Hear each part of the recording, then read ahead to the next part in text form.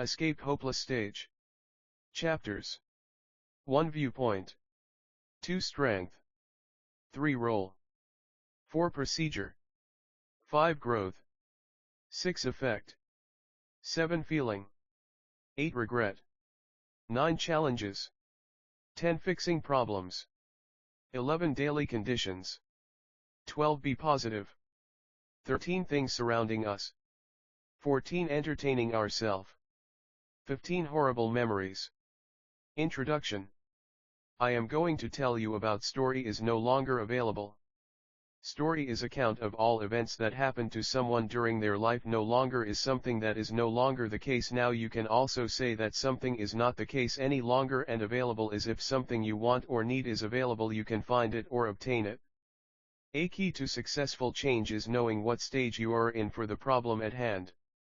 People who try to accomplish changes are ready for set themselves up. Matching your challenge to your stage of change will help minimize your problem. Although nearly all changes begins with preparing for what comes next. You cannot skip stages. Most successful self-changers follow the same road for every problem. You may be at different stages of change for different problems.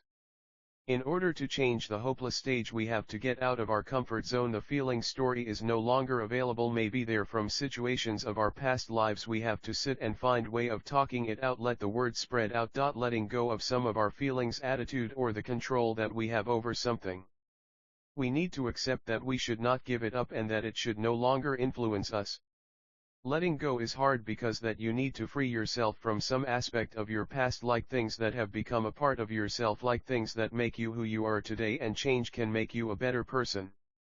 Most people understand this as getting rid of that thing resulting in change of who you are, so why not precariously think about leaving thing that upset you or let go by seeing the present situation and seeing the future. You can find letting go to be scary. It forces you to change, also see different personality on yourself and face problems, and this is leaving behind what is usual comfortable that will leave you to be you. Letting go may be difficult for you, especially if you have low self-worth. You can be of people who talk badly about themselves. You probably think you're a failure or that you deserve all the negative things that have happened to you.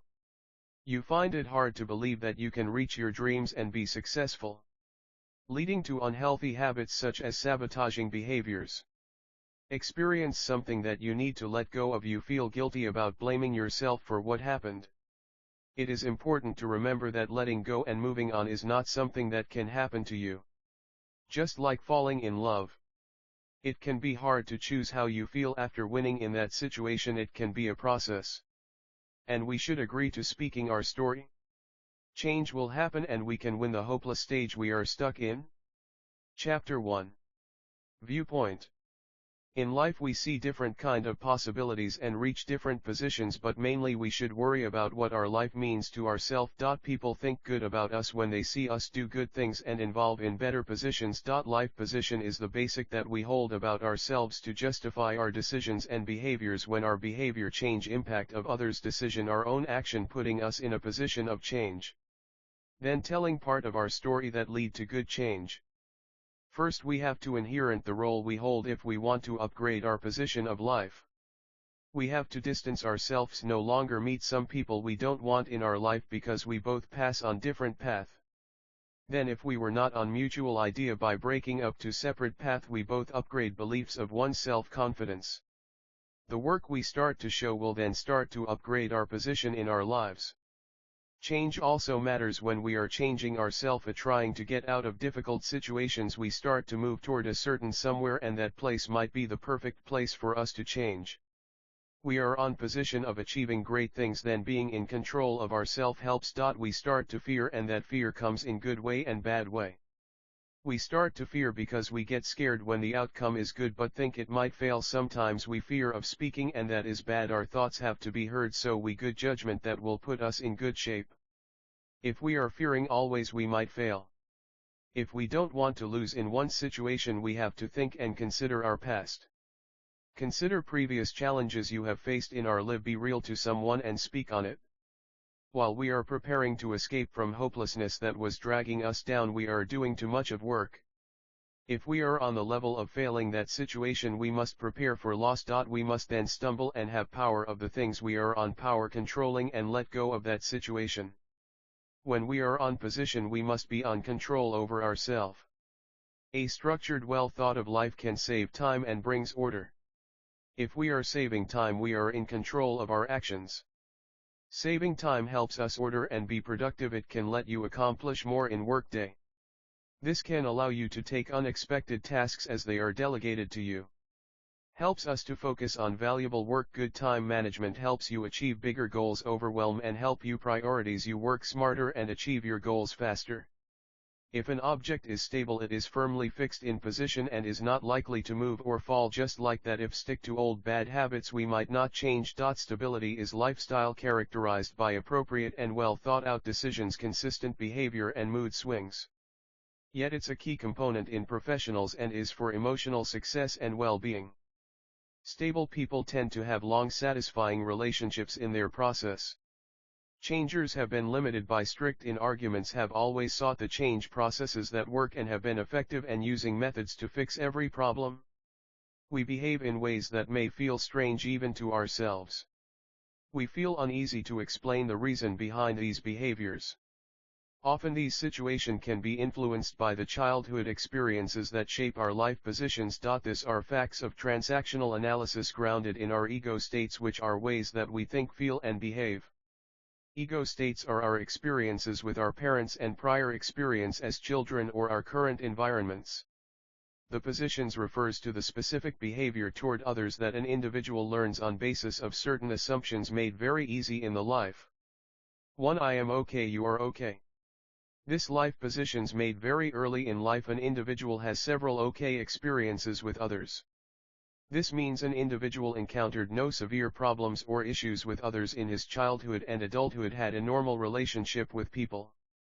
People with such life positions about themselves and others around him/her can solve any problem very easily and realize the significance of others being in his/her life. The position is based on the adult ego.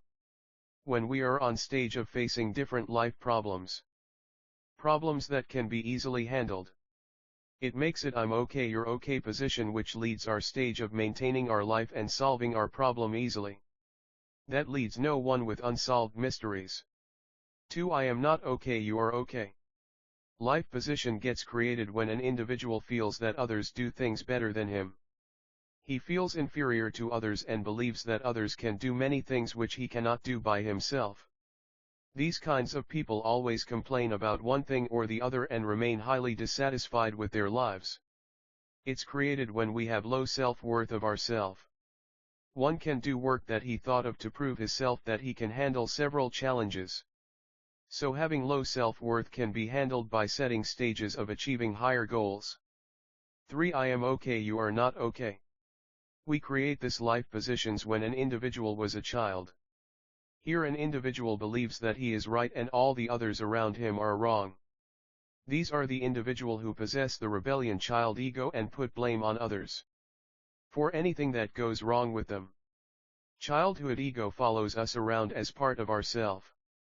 Setting ourself up for difficult challenges and achieving them is one thing, also others' satisfaction should be count in order to maintain the work done satisfied. 4. I am not okay, you are not okay. This kind of life position is created by those who lack interest in living. They feel life is not worth living and are the ones who have been neglected by their parents in their childhood. If both parties are not okay, that leaves the cycle falling for both sides. Once a person has decided on a life position, that will often remain fixed unless there is considerable effort put in to change the underlying beliefs and decisions put in about life, which getting to goal set will be a failure. The goal to bring to awareness, explore challenges and change an ineffective life script easy and can be done to some effort. This is based on the belief that because we were the original creators of our own script, we have the power to change it and make good things happen to us.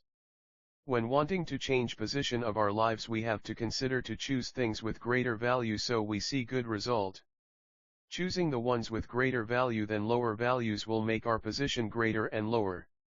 Your value are the things that you believe are important in the way you live and work. They should determine your priorities, and deep down they are probably the measure of you. We should communicate with others if our life is turning out the way we want it to. When the things that you do and the way you behave match your values, life is usually good, you are satisfied and content. But when these don't align with your personal values, that's when things feel wrong. This can be a real source of unhappiness. Chapter 2. Strength. The power we get over ourselves is personal power. It is the ability to influence people in that event. This form comes from individuals' characteristics. It more focuses on our attitude or state of mind. Someone with strong personal power is focused on their self-efficacy and ability to cooperate with others. Our mind won't stop thinking because it is its job to think. Whenever left out in position when you are hurt or no longer want to share your story, we have to be very careful and think about the past situation or our future. It is in the present because our mind is forcing on regretting what happened. And that is the situation we are going through. We are thinking about speaking the situation and turns out to how you interpret your life. Telling its story has profound effects on what kind of person you become. Losing the power to speak is also caused in some situations. We may end up in place not wanting the situation that happened. And we start to not wanting to speak that situation. Our brain may start to not wanting to speak that situation. Our brain may start forcing us to selective mutism. Due to stress of work, where we are unable to speak in certain social situations, we end up not speaking that situation. We wanting no to tell it might make it a no longer problem to that situation. It make us a person with developed intellectual ability. We then no longer want it to be available to someone in our life or don't want to speak about it any longer. That makes it a past problem. Sometimes we might not just lose power of speaking, we might be forgetfulness and struggle in present life. We have to be able to speak about things we remember that are things happening in our daily life. Changing our life may also be the power of speech. We may need to speak about certain situations so the stage we have reached don't fall back. So we become changeable. The bad side is we may lose confidence, and the good side is we become powerful to someone and some things. The power of speaking helps us change our life. It allows us to form influenced decisions and become a motivated changer. Without communication skill, the ability to progress in the working world and in life itself would be hard. Some people start to think that someone has power of controlling them, treating them how they want in bad ways, and that causes them fear of speaking, and that is a wrong way to control our partners. That cause a lot of damage in our lives. When we are not solving problem daily, our challenges hold the power of our successful life and we might struggle too much. Those daily challenges made us who we are and powerful. So after all the things we have passed, failing can't be one of them, but at times when we are struggling it might hold us down and slow. There might be problems and those problems have to be solved. If we still want to continue or better ourselves, we have to show our moral to others so they can also help us. If we want to gain power, we have to perform in good way and the right way. We have to get upon our feet and start doing work. We can't just sit around and do nothing and expect good work to have power. When we are on power, we must be following some structures.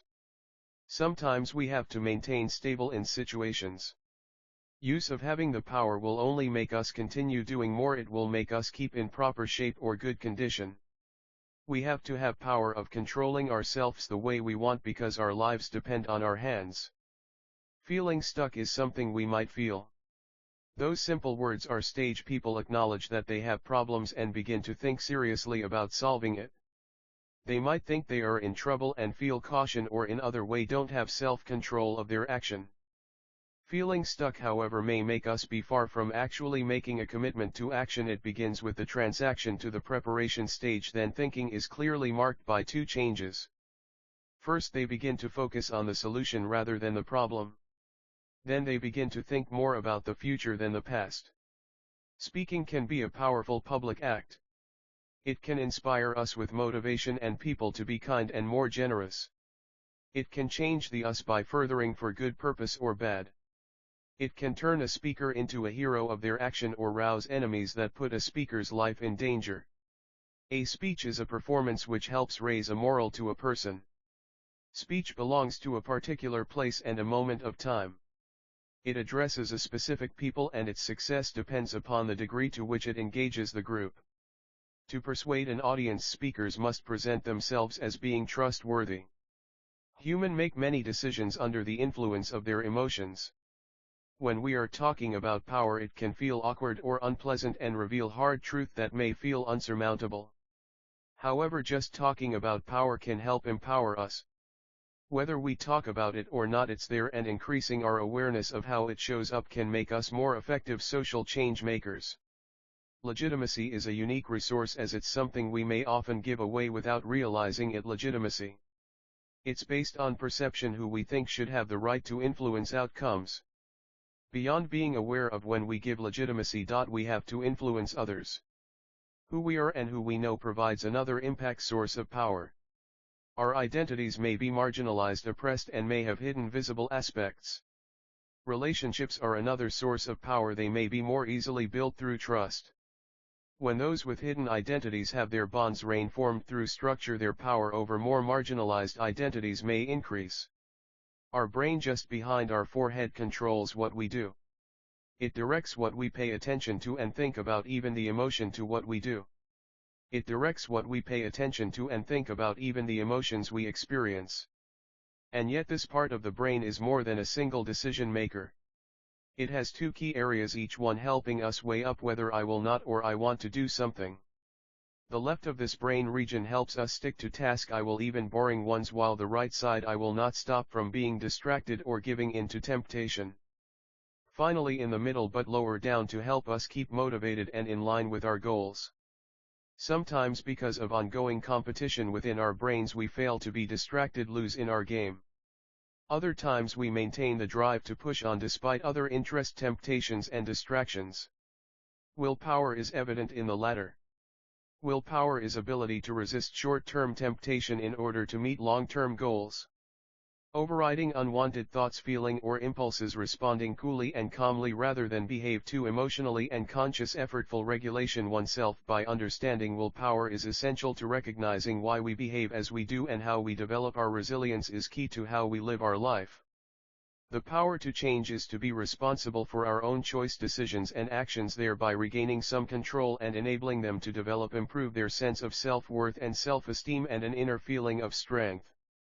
Sometimes it is too easy to blame past experiences on our current situation and to stay stuck in a situation we feel unhappy about. Unfortunately, nobody can come along and wave a magic wand and make things happen and change, make bad memories and traumas vanish. It takes a lot of hard work from the individual to turn their life around and to change anything which we are unhappy about. Life is too short to waste years and years being unhappy and blaming the past for the unhappiness. Yes, the past may well be a reason for where you are at now, but focusing on the past won't help you move on with your life, but focusing on the future can help. If you feel you are unable to move on with the past, it may well be because you have been blocking off past traumas hoping it will go away. Facing up to whatever unhappiness you experienced in the past, to accept what happened gets out all the emotions you have, and to let go of them is easier said than done. And if you are having difficulty in letting the past, you might end up in different difficult situations. Finding a way might be easier. Then we will focus on the present life situation, rather than being distracted and miss our chance. Chapter 3. Role. The activity role, value or purpose of a part activity is function. If we want to properly function our life, to start functioning properly, we have to be in great shape. That's when our mind is finding ways to tune into the present moments and make us feel happy about what work we have done. Moments make things hard, and maybe it makes it really hard to be alone for that reason. There is an art to it. For most people, being alone brings up all those unwanted thoughts and feelings. It is an occasion where your life path has undeniably changed. It could happen to you when you change your perspective of life, or when you change within yourself. It could be an external factor like a career. If we want to function properly and do things right in our lives, we have to have some rules we follow. Then you have to start sharing your story. Not sharing it may put us in crazy mood. Sharing experience is sharing your story. It is a method for learning new things. You might end up getting crazy angry or lose self-control. But if we are freely talking about our story, then we can function better. When we are changing our state of mind, we have to win fear and start to have specific tasks. Social relationships and speaking might be the things that is bothering us to win the situation, so we have to find a solution. We have to start talking about our problems. If we want to impact our lives, we have to change our inner self, adjust, smile, and adopt an abundance mindset. If we are doing this correctly, our life must function properly. When we are having functioning challenges like trouble managing emotions, when we have this kind of problems, we have to think about the situation and have to start telling the challenges we face. It may be starting to work or planning to complete task. This level is something that is assessed by someone regarding a client in order to determine a proper level of care. It is an evaluative finding intended to reflect how effectively an individual is able to perform in various personal task and community domains. The elements to be rated are divided into two areas of functioning. Activity of daily lives. Make functioning proper or ease of daily lives. Social functioning. We have to function smartly to function better together. Thinking, concentration, judgment, and adaptation to stress. Cognitive functioning refers to multiple mental abilities. Functional areas of life are physical health. Maintaining physical health, proper food and nutrition and exercise is important for a number of reasons. Sometimes if we sit around and do nothing, that doesn't mean we will stop functioning. We are just being productive, preparing ourselves for better results. But we can't doing nothing all the time. We don't have to be very careful of how we function because it is our personal state and no one can be perfect. Because we can only function until the stage of one's self-chosen ethical principles of conscience. Good structure makes us function happy or properly in a sense. Environment can also refer to how durable or long-lasting a structure is. An important feature, comfort and being able to have control of the internal environment. If you are happiest when your day is planned out with list of things to do and a tightly packed schedule, then you like living a structured life. When something is structured, it's arranged according to a specific plan. If we are saying stable function, it means leaving a planned out life. We may need to start our day in a good mood so we do well. That's when that person will succeed or have good outcome of process.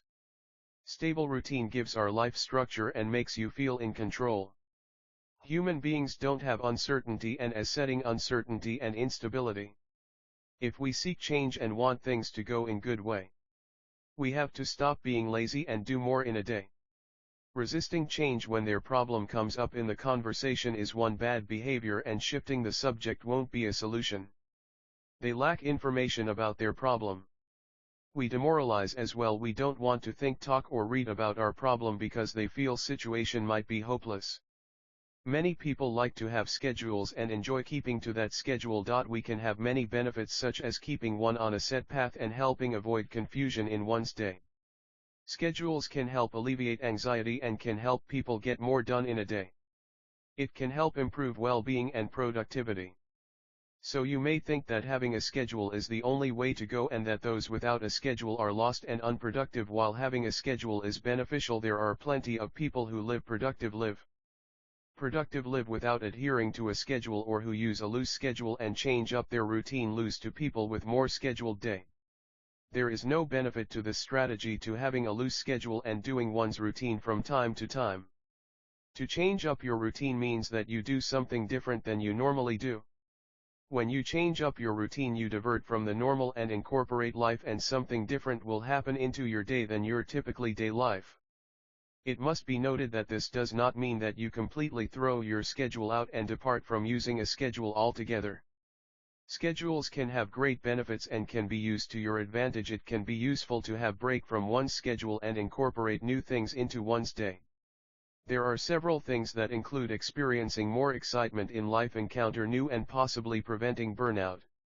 All of benefits may have an impact on one's brain. Functioning can help one's cognitive abilities. When setting a schedule in one's life, it is easy to get set into a pattern and not deviate from that pattern. In fact, this is the benefits of having a schedule, that your day can become predictable and help have less stress and anxiety from not knowing what is coming next. However, this could end up being a drawback as well. It could be a drawback in that one may end up feeling like a robot, just going through life doing the same thing over and over again, but it is mere useful and effective. A schedule does not always allow for freedom to do other things like things you may enjoy. A schedule often has things that one does over and over again. There is typically an element of repetition that is experienced. Oftentimes people schedule things that they have done previously, such as meetings or different element of work. They may schedule other things as well which may be fun and healthy. When you break from your routine, you may be more likely to do something different and new. These new experiences can help us gain clarity and help improve brain functioning by getting us out of the habit of doing the same thing repeatedly. Burnout often occurs when someone does the same thing over and over and gets tired of the experience. They may feel down and start losing interest in what they are doing. Although they may be performing well, they may feel valuable or that their work is worth doing great. By experience less burnout and have a more positive experience in their day-to-day life is difficult in leading a normal life. When people are burnout, they often do not function as well. They are often exhausted and have reduced cognitive capacity. By changing up one's routine from time to time, one may avoid exhaustion and improve their brain function. Although there are certain benefits to having a schedule and keeping to that schedule, brain functioning could improve from switching up one's routine every now and then. If you are stuck in schedule and the same routine day after day, try doing something different every once in a while and see how you feel. It may just be the change you need. Chapter 4. Procedure. A series of actions taken in order to achieve a particular end is process. They are series of action that are essential for a living being to sustain. We are in process of our own lives. That process may slow down if we are being too occupied or worrying. It is the most important part of our journey. In our journey we find both good and bad process. Even if we are following good process, something bad might happen and we have to pass through process, and speaking might help others. We also might get stuck in process by just showing expressions. And not speaking about it will slow us down. In changing our lives we have to follow these steps. 1. Foundation mapping or distill your story. We have to extract the essential meaning or most important part of our journey. We have to start telling the important part of our story that when we are going to choose to be good or bad. We must use 2 to 4 images based on your life events, providing these images will use the power of metaphor association to understand the deeper why and relevance of the images to your everyday life. The deeper why pictogram is used to create the current story of who you are and what motivates you and challenges you to get out of bed every morning. 2. Craft and elevate your story. We won't only have to tell our story, we can put in activities we can show using different technique. If we are telling our story, we are positioning ourselves to a higher something, understanding barriers and enablers to help elevate your story. We will be using a fun, highly engaging and encouraging cognitive exercise to understand the perceived barriers and enablers that can be used to strengthen your story and elevate it to the next level. At the end of the exercise, your story will be building on nicely and powerfully from step 1. Communicate your story with a courageous and confident rhythm. We have to tell our story even if it was deterred by danger or pain. We can build confidence while sharing our story. Communicate your story with ease. At this stage you will be ready to communicate your new purpose-driven story. As you communicate your story, key insights and life lessons to take with you for the future will emerge as key tangible outcomes. The process of overcoming fear will be more. Always breath through panic, face your fear, imagine the worst, look at the evidence, visualize a happy place. When we are fighting the process, the effect of the challenges makes your self-esteem go up. Self-respect increases and your sense of personal pride grows. If we want to do some kind of process, we start to have many work. If we do nothing, we might end up disrupting the process. When we feel like giving up, we must stop allowing our fears and struggle to limit our opportunities. If we want to show structure in our process, we have to be able to know strategies and skills to concepts, generalizations and principles in process-driven disciplines. This makes our process go in good or faster way. Some process need people or another person to be involved so they become stable process. Stability refers to the consistency of the process with respect to important process. Characteristics such as the average value weightage of certain decision or the variations in the key dimension. If the process behaves consistently over time, then we say that the process is stable or in control. Self-changers are readily able to assess their stages of change, but without guidance it may have trouble determining the process they need to use. A vague notion of the importance of willpower can dominate their perspective on self-change. Still, self-change is a wise and powerful investment of energy.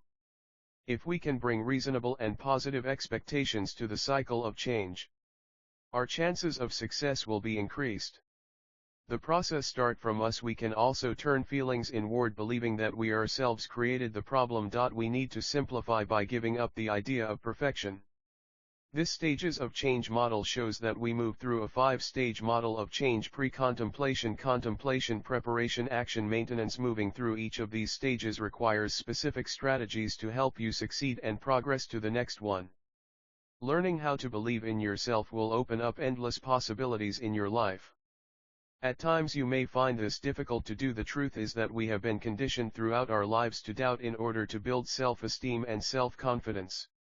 Everything you have in your life is a result of your beliefs in yourself and the belief that it's possible. Here's how to believe in yourself. 1. Believe it's possible. Believe that you can do it regardless of what anyone says or where you are in life. 2. Visualize it. Think about exactly what your life would look like if you had already achieved your dream. 3. Act as if. Always act in a way that is consistent with where you want to go.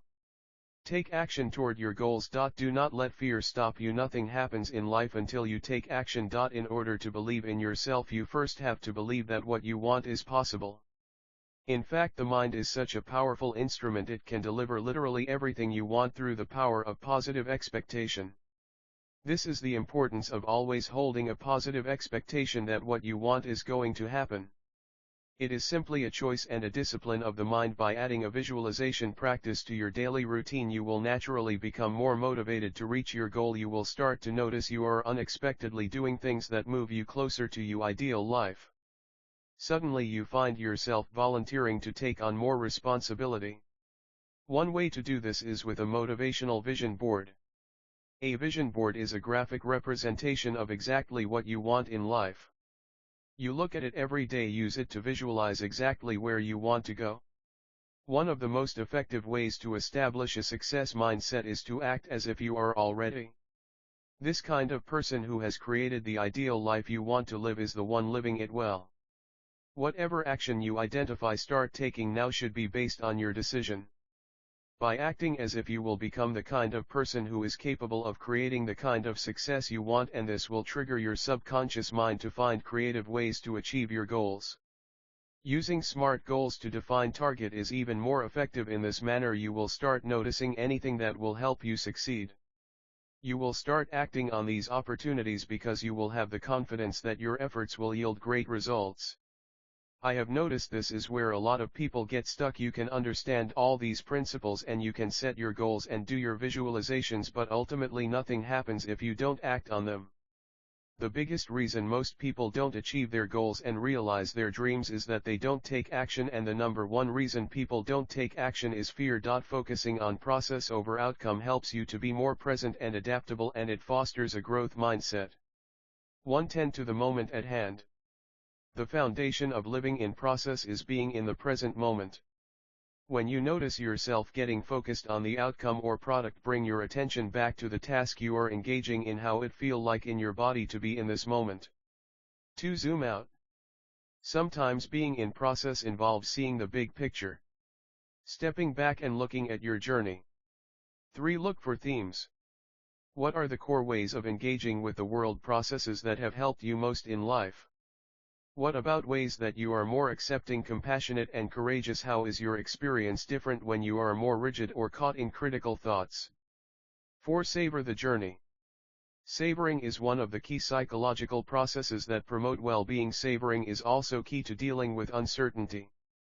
Tending to the process of your life slows it down a bit so you can savor it more. Give yourself the time to savor the sweet moments today, even if they are embedded in uncertainty about the outcome. Chapter 5. Growth.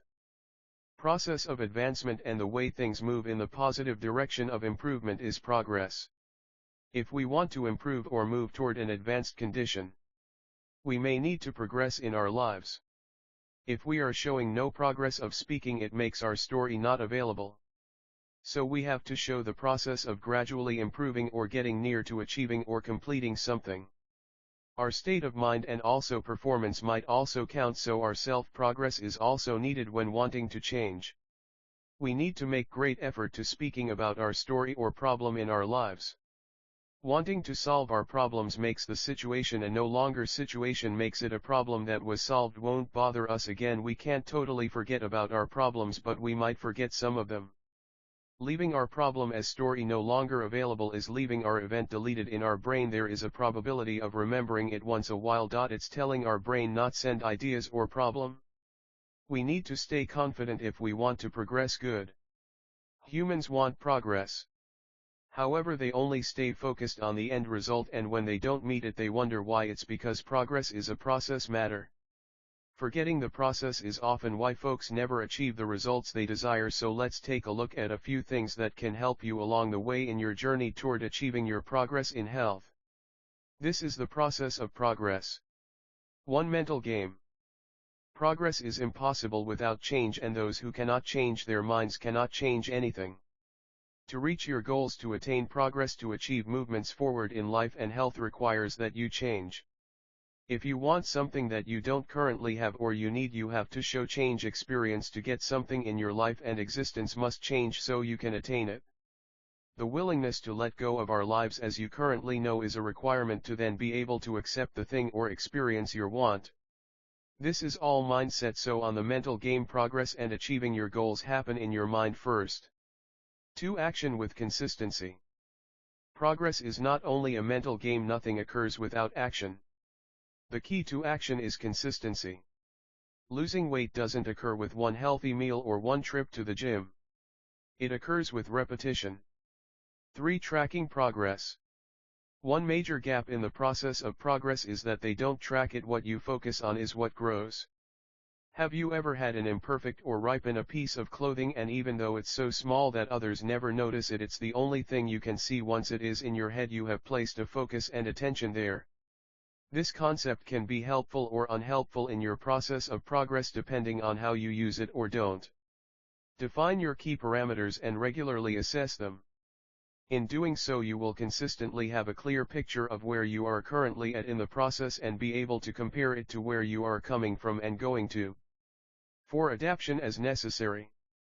Sometimes the plan we set out on needs to change. When you are actively engaged in the mental component to the process of progress, you are consistently taking action and tracking your progress. It is very easy to see when you hit lulls.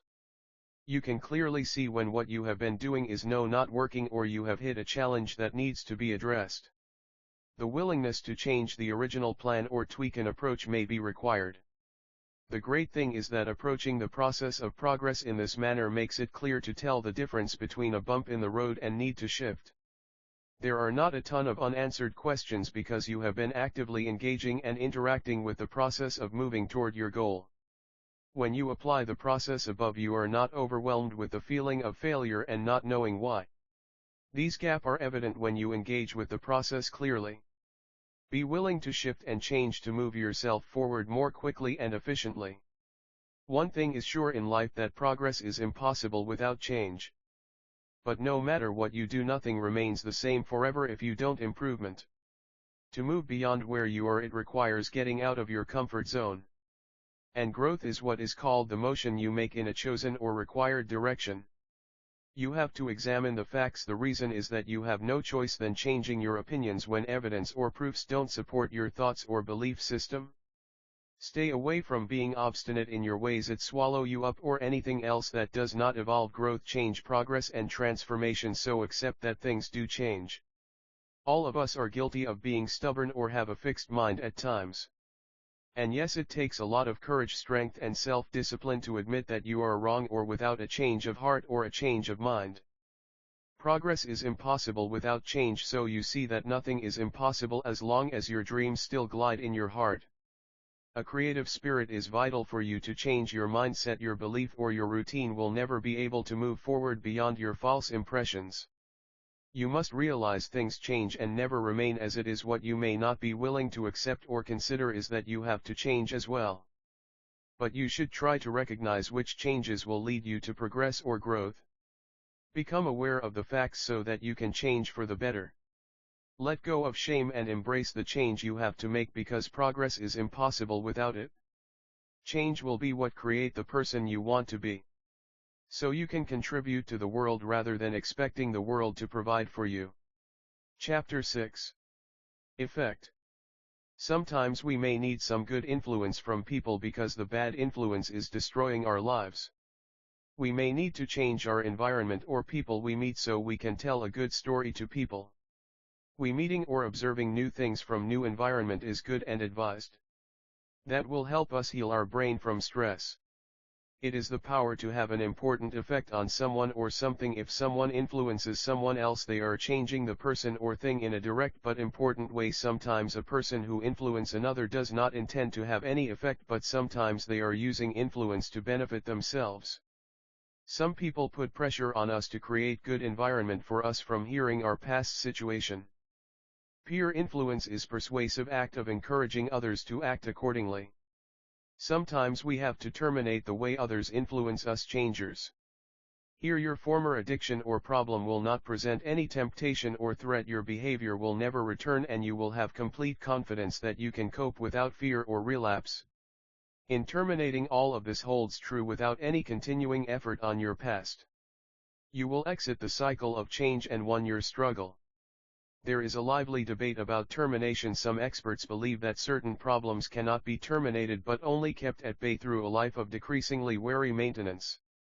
You don't have to be a person of influence to be influential. In fact, the most influential people in your life are probably not even aware of the things they have taught you. Our lives matter. This is indeed life-giving news to each of us. We all want to live lives of significance. Lives that make a difference in the world around us. We were designed to live for something greater than ourselves. And each of us were born with an ingrained desire to accomplish tasks. As a result, our world cares deeply about influence. We pay for it, fight for it, and study how to get more of it. Our world measures it, ranks and ascribes it to people for foolish reasons. But in our constant struggle to attain influence, we often miss out on one very important person. We already have it. Each of us is already an influencer of others. To live is to influence. Whenever our lives interact with others at home, at work, or in our community, we have influence that can change lives. We affect people every single day with the words we say, the looks on our face, the actions we choose, and the decisions we make. It would be wiser for us to stop always asking how to acquire more and instead start asking what to do with the influence we already have. The interaction we have in this world often both great and challenging opportunity. They can add value away. Our opportunity for influence can become an important agent for change. It makes our world a better place to be or a crummier place to endure. There are no neutral contributors in this world. Positive influence can be hard to find, especially when you are trying to figure out who you are and where you fit in this world. Because peer power is so important, it's important to find people who will help you grow and not hold you back. Positive influences are people, things, or circumstances that affect another person in a positive way. We all have people in our lives who inspire us, support us, and help us achieve our goals. These are positive influences. Positive influence builds an optimistic, affirmative, and constructive participation and experience. Positive influence means living your life as an example that will contribute to someone else's success. Don't be afraid to explore opportunities and engage in activities that keep you stretched beyond your comfort zones. 1. Inspire change. Point out how people can use a particular strength to build up a weakness. For example, a person may exhibit a strong tendency to take risks that are well thought out and productive. They can use this strength to build up a weakness such as fear of commitment. It can come easier when they realize that thinking through what is expected of them and what exactly they can contribute. Risk-taking turns making a commitment into a strength. 2. Create a demand. Open the doors for people to realize that something is missing. Help people see and understand how what they have to offer will make a difference. For instance, bring to their attention a situation that demands their great communication skill, expert negotiation talent, or ability to be innovate in the midst of problems. Motivate a sense of purpose. Appeal to a person's desire to get involved in their passion. Show your confidence in a person to use their talent, ability, and skill set to fulfill their sense of purpose. People will rise to the occasion when they find what they are passionate about or see as a need to fulfill, especially on a larger scale. Encourage positive influence in others. Place and expect that once you have demonstrated positive influence that they will pay it forward. Empower others to share positive influence in their daily lives. All the above positive influence practice requires positive interaction. Use words in your conversation that motivate. Show interest and compassion for another person's struggles. Create a safe place for people to experiment with what they are learning. When you practice positive influence with others, you inspire them to realize a better future than they thought possible. You challenge them to demand more of themselves, and you encourage to motivate them to discover their sense of purpose. Chapter 7. Feeling. Impression is the effect on feeling or mind, an especially marked or often favorable influence. Sometimes we meet people that don't impress us easy or won't be wowed very much. We should stop hanging out with people that we don't impress, because it's wasting our time if it is not to find better way to help one another. We might get stuck in position of wanting to talk to each other. But people who make good first impressions never do these things. 1. They never just focus on themselves. One of the most common mistakes is rushing to talk about themselves. That's understandable. We want to impress the other person, so we throw out lines about our accomplishments, interest, and experiences. 2. They never try to be funny without context. Until you really get to know someone, it's impossible to predict whether your joke will inspire laughter or simply fall flat. This doesn't mean you should not try to be funny. Humor can be a great tool for easing tension or getting rid of awkwardness. The key is to use positive humor, not negative humor. Positive humor lifts each other up, laughs with others gently, creates a safe, comfortable, and vulnerable space. It's as gentle-spirited and humble, integrates the listener with self and others. Negative humor puts other person down, laughs at expense of others, humiliates, discounts, or ridicules, deals, is defensive or competitive. If you say something that other person didn't find funny, acknowledge it with a simple "I am sorry, I guess that joke didn't go over well." 3. They never expect the worst. In social interaction, it's easy to overlook the potential upsides and instead obsess over all the things that can go wrong. Meeting people for the first time can be a little awkward and you might make mistakes. But if you don't expect a perfect performance, you are less likely to overthink and stumble over your words. Keep a realistic outlook and think positively. If you are having fun, others will be more likely to pick up on your energy and feel your enthusiasm. Meeting people who impressed us at first will only make us to speak to them. It will be comfortable for us to speak about different situation. We have all heard how a particular person or event can come along and change every characteristic of your life. Destroy a basket full of vivid dreams, or perhaps fulfill them, change your whole aspect of life and how you perceive it, as if you were living your whole life in the dark. Do you know a single glance at a person's face is enough to form a first impression? It takes between just 33/100 millisecond for someone to form judgment about your character. Such a short amount of time is clearly not enough to accurately gauge a person's character. But it's only natural for us to make assumptions about someone when we first meet them. We also get attached to our initial impressions of others and find it difficult to change our opinion even when presented with contrasting evidence. You never get a second chance to make a great first impression. First impressions are the almost instant conclusions we draw when meeting someone for the first time. We form this opinion by quickly taking information about a person, including their face, dress, posture, and ton of choice.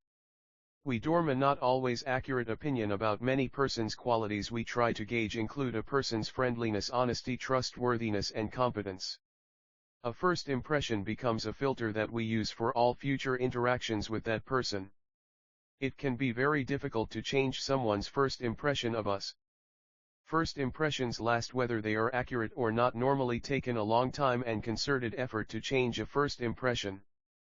Because they are largely subconscious, first impressions are very persistent.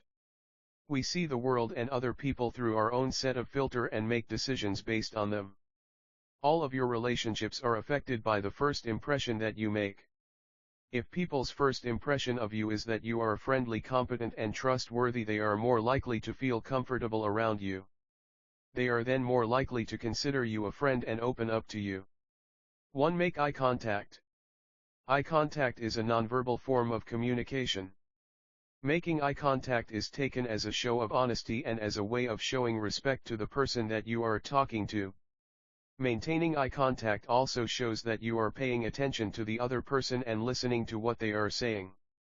Try to make eye contact before you start talking and maintain regular eye contact during your conversation. You do, however, need to know the difference between eye contact and staring someone down. 2. Smile. A sincere smile puts people at ease and makes people feel welcome. A genuine smile reaches your eyes and creates an impression of trust and sincerity. If your smile reaches your eyes, it will be seen. If you feel a tightening of the muscles around your eyes, you know that your smile shows in your eyes. 3. Be authentic. People can be remarkably quick to pick up on insincerity, so it pays to be yourself. Constant worry about whether you are saying or doing the right thing. Being authentic means knowing your strength and weakness and communicating them in a considerate way. 4. Be a good communicator. A good communicator listens more than they talk. A good guideline for this is to talk only a third as much as you listen. Listening more shows that you are being attentive and let the other person feel heard. 5. Use positive body language.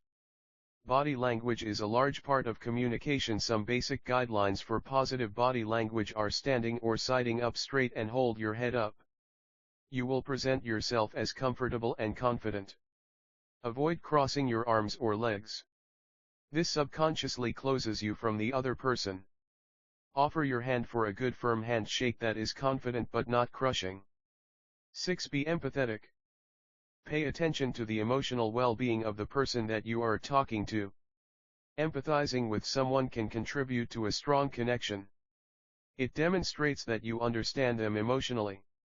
7. Act confidently. Acting confident even if you don't feel brave will create an impression of confidence. This appearance of self-assurance will contribute to a better first impression. With every new encounter you are evaluated and yet another person's impression. It can be nearly impossible to reverse or undo, and they often set the tone for the relationship that follows, so it's essential that you know how to create a great first impression. First perceptions are even harder to overcome than most people had realized. In scale, our first impression of a person, place or idea becomes our brain's default perception. If we later hear information that contradicts that perception, rather than using the information to alter the rule, specifically we associate the exception with the context of that new information, all other contexts get the default association. Morality, sociability and competence exert different effects on impression formation, and that morality forms the primary basis for the global evaluation of others. However, prior work has almost exclusively of initial evaluations.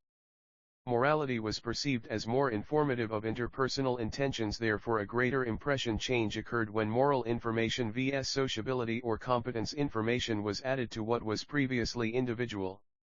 The key role of morality in social cognition goes beyond the formation of initial evaluations by influencing the updating of such first impressions is communicating on mutual ground. Impression management is the practice of trying to affect other people's perceptions. People use impression management to reinforce current opinions or attempt to change them depending on their goals. It uses the control of information to emphasize certain aspect of situation while diverting attention from other details that could contradict the desired impression. When using impression management can operate as a subconscious process that people don't realize is happening, which often occurs in social situations, where people naturally try to make themselves likable and try to embody positive traits. It can also be a purposeful strategic decision people enact when they need control. The primary purpose of impression management is to establish or preserve someone's social standing. People can use impression management for anything. Motivation keeps achievement and the outcome you want. Everyone uses impression management when interacting with others. Even if you are not purposefully trying to manipulate what others think about you, your friends, your job, or your ideals, you may still display a personal bias when sharing information about your life. It is an interpersonal level when they talk about their characteristics and interests based on what they think others will relate to. The science of first impression is influenced by things outside of our control, neurological processes. But if we can better understand what is going on, we might stand a chance of finding the one that changed us through story sharing. Chapter 8. Regret. We have to be very careful in choosing the rights and wrongs in situations. They are relative positions. We might find ourselves in definitely hard positions. We should always consider to stay away from the bad energy. We then create good opportunities. When we are in this kind of situation, we should think about finding solution to that situation. We should always take action in order to achieve something or in order to solve it. If we want to change, we have to work hard on that situation to change, so that it is hard to go back to an earlier state. Our hard work will show us efficiently. Efficient self-change depends on doing the right things at the right time. Insight alone does not bring behavior change. Other self-changers begin with change processes that are most effective in the action stage. Reward countering environment control without having awareness and readiness in the early stage. We hardly throw old items thinking that it would be of no use at later life, but perhaps rarely never.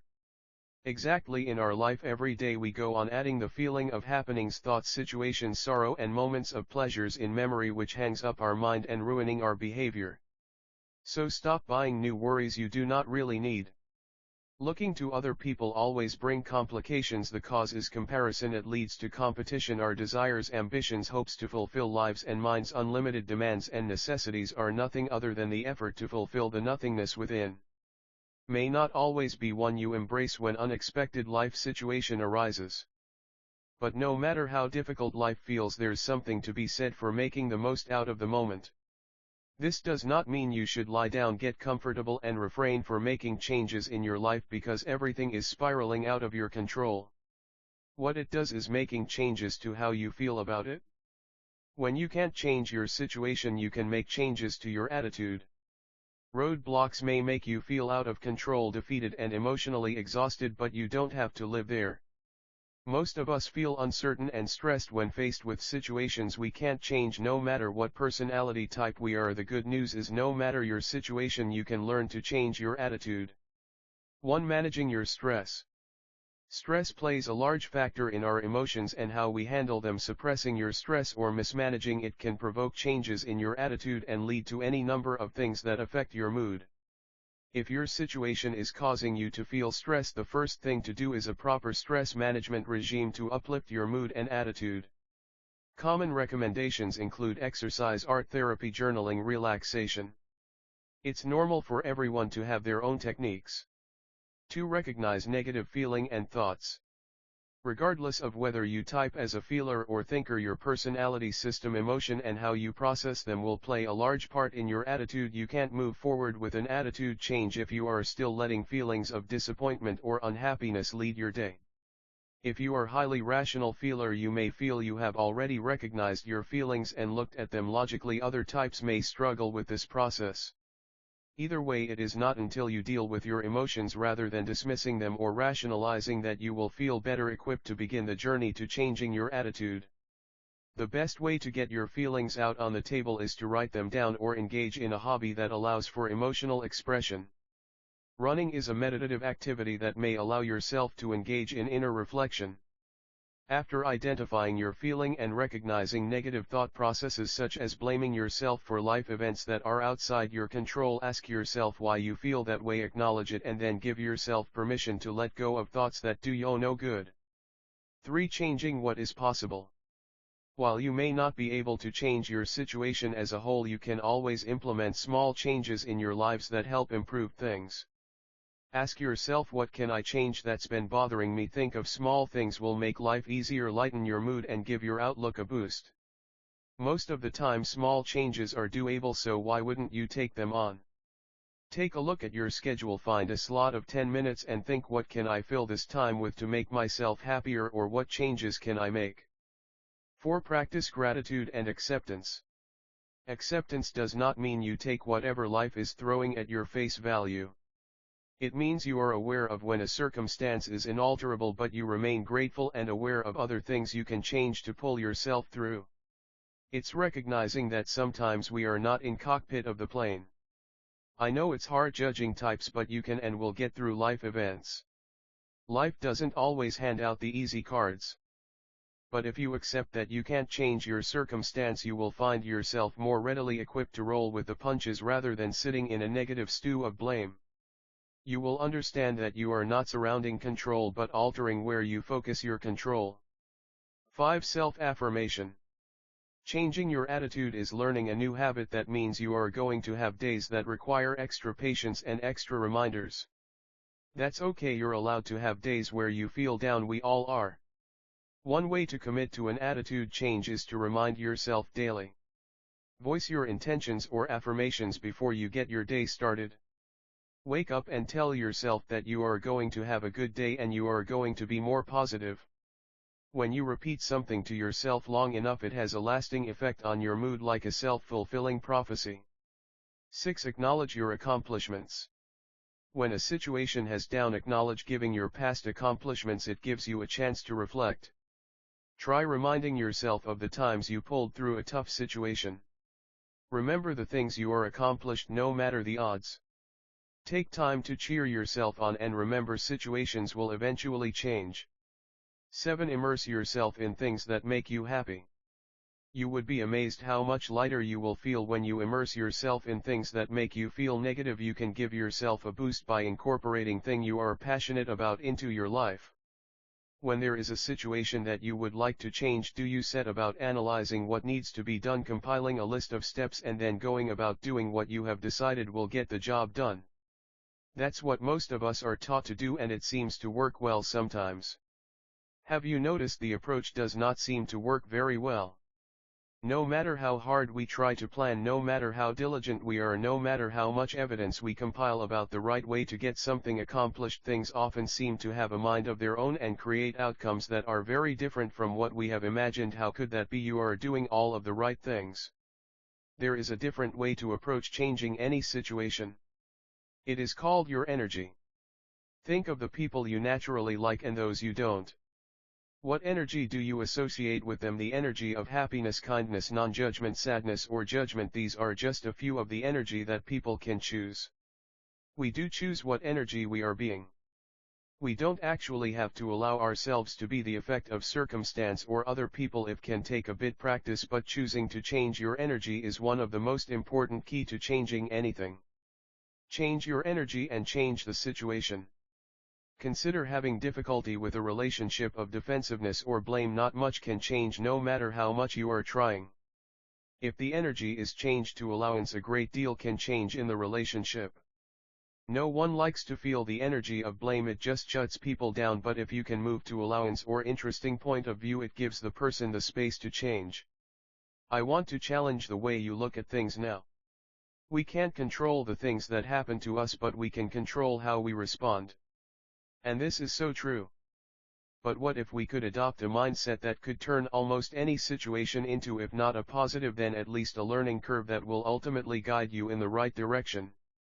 It would be pretty wonderful, right? Far less frustrations, far less "why did this have to happen to me?" Just accept positivity and progress, and it's possible, you know. In fact, here's how to change the way you see situations so that you can live a far happier life.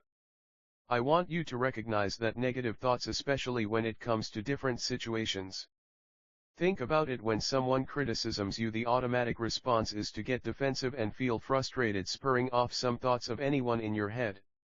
This is because it pushes your barriers up. It's almost like an attack, and your automatic response is therefore to respond negatively as a way of fighting back. It's your body of helping you to avoid harm. If we want to understand it a little more scientifically, basically your brain releases a chemical called cortisol. This is used as a way to warn you about an imminent danger.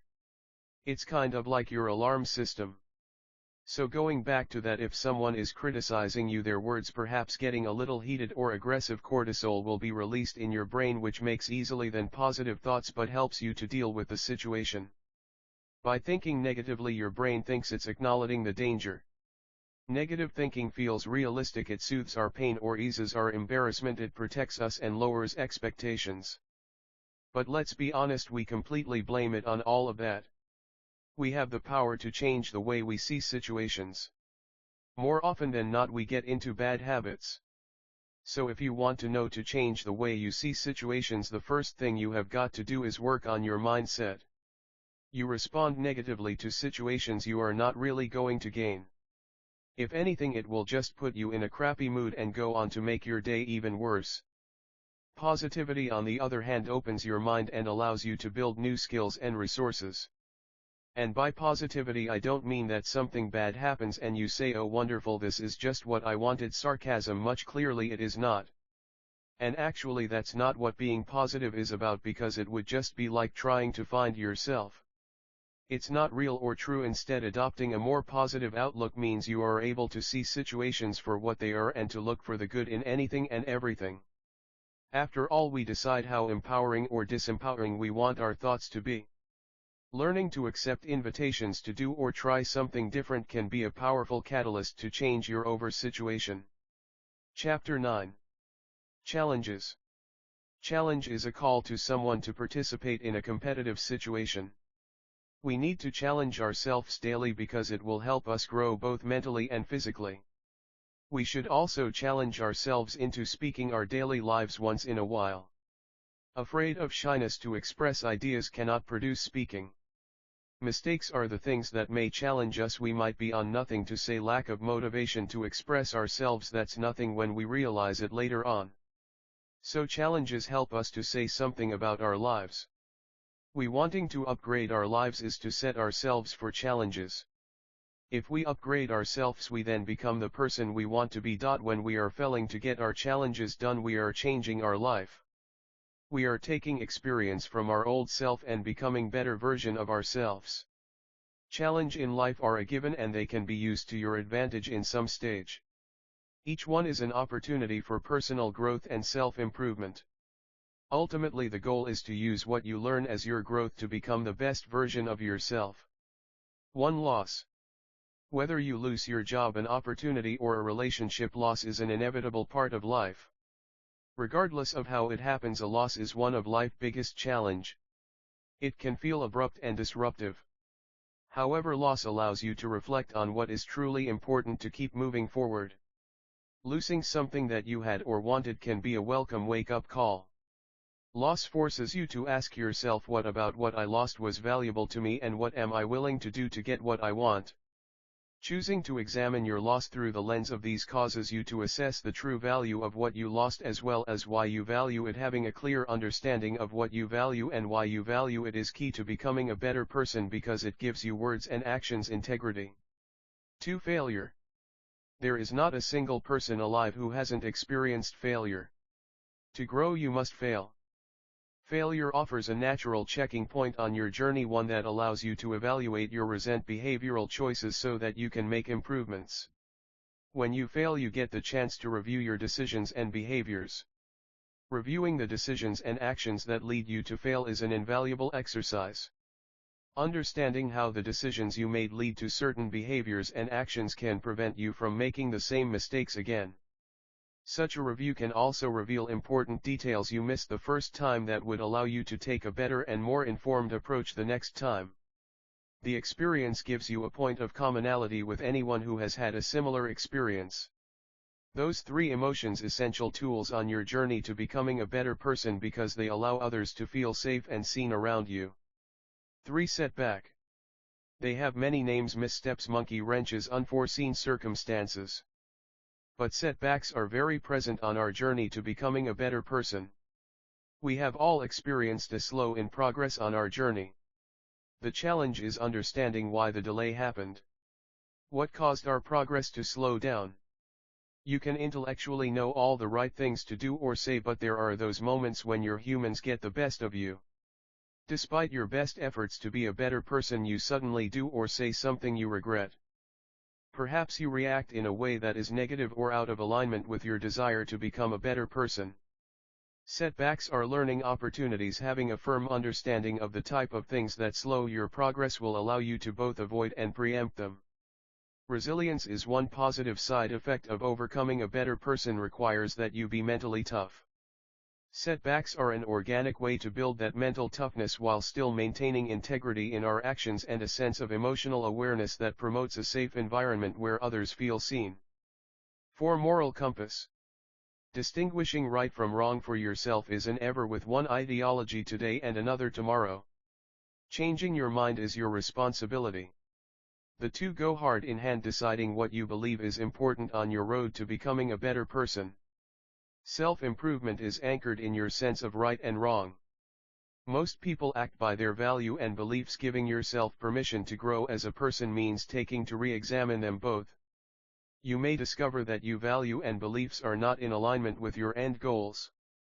Your assessment of the misalignment will lead you to do what is necessary to once again find your truth. The ability to self-correct will serve you and your journey. 5. Mastering your mind. Your mind can be a formidable obstacle to becoming a better person. It can pipe up with all kind of negative commentary when things are not going well and can have power to derail you with doubt and fear if you let it. Mastering your mind is one of the greatest life challenges of all. Your mind controls your perspective. It informs how you receive and process your interactions with the world around you. Can claim mastery over after a finite amount of time. The mind can take some a lifetime to master. The challenge is showing up willing to do the work of mastering the mind every day while we have complete awareness of the infinite nature of this work. Wherever you go, there are thus impossible to hide from yourself. If your mind is unruly and unkind, then it will be hard for you to become a better person, primarily because you are not better to yourself. Luckily, there is a myriad of ways to begin the work of mastering your mind with yourself in a healthy way that promotes growth. 6. Overcoming your story. Everyone was once a child. There are things you experienced and they are part of your story. Overcoming the story you tell yourself about your own experience can be quite the life challenge. Whether you grew up poor, didn't have a lot of love in your house, or didn't feel seen, it affects the way you move through the world. There are the facts of these experiences and the fuzzy edges where our minds fill in the blanks. If you say you grew up poor and I am always going to be poor, that is your story taking control. Comparatively, if you said I grew up poor but I am working hard now, it means I'm doing whatever I can to make sure I have all the things I need and am comfortable even if it's hard. That is still overcoming your story. It requires intentionality and self-awareness. You have to be willing to let go of the stories that don't serve you anymore in favor of exploring the present moment to the fullest. Carrying around stale negative narratives stifles your ability to engage in positive self-reflection, which is the cornerstone of self-reflection, which is the cornerstone of personal growth. When you have set your story aside in favor of embracing others to do the same, overcoming your story empowers you to embrace this moment as an opportunity to start a new story. On the road to becoming a better person, focusing on what you control and letting go of what you can't control is critical. If you are facing challenges and hard times rather than allowing it to sample you, you can use it as an opportunity to build up yourself. Troublesome and stressful as they are, challenges can actually stimulate growth and aid in self-development where good prosperous time fail to do so. Change are an important part of life and have many benefits. Challenges during teenage years prepare a person for the adult world. They foster a belief that obstacles are a normal part of life and that one can manage them and come through them, often being better for having had the experience. Hard times stimulate growth in a way that good times don't. Facing challenges and navigating one's way through them build resilience capacity. Knowing that one can overcome obstacles, learn from struggles and benefits from mistakes lay a solid foundation for success in later life. The presence of challenges in one's life often requires working with others or at least drawing support from others to come through them. This is a good thing. Facing challenges forces us in a helpful way to work with others. When challenges are faced and conquered, there is a wonderful sense of accomplishment. It is often the substance of great memories and the motivation for rich storytelling. In contrast, a smooth experience devoid of challenges runs the risk of becoming routine and entirely forgettable. Resilience is typically defined as the capacity to recover from difficult life events. It is your ability to withstand adversity and bounce back and grow despite life downturns. Resilience is not a trampoline where you are down one moment and the next. It's more like dimming a mountain without a trail map. It takes time, strength and help from people around you, and you will likely experience setbacks along the way. But eventually you reach the top and look back at how far you have come. People experience all kind of adversity in life. There are personal experiences such as illness, loss of loved one, abuse, bullying, job loss and financial instability. There is the shared reality of tragic events. People have to learn to cope with and work through very challenging life experiences.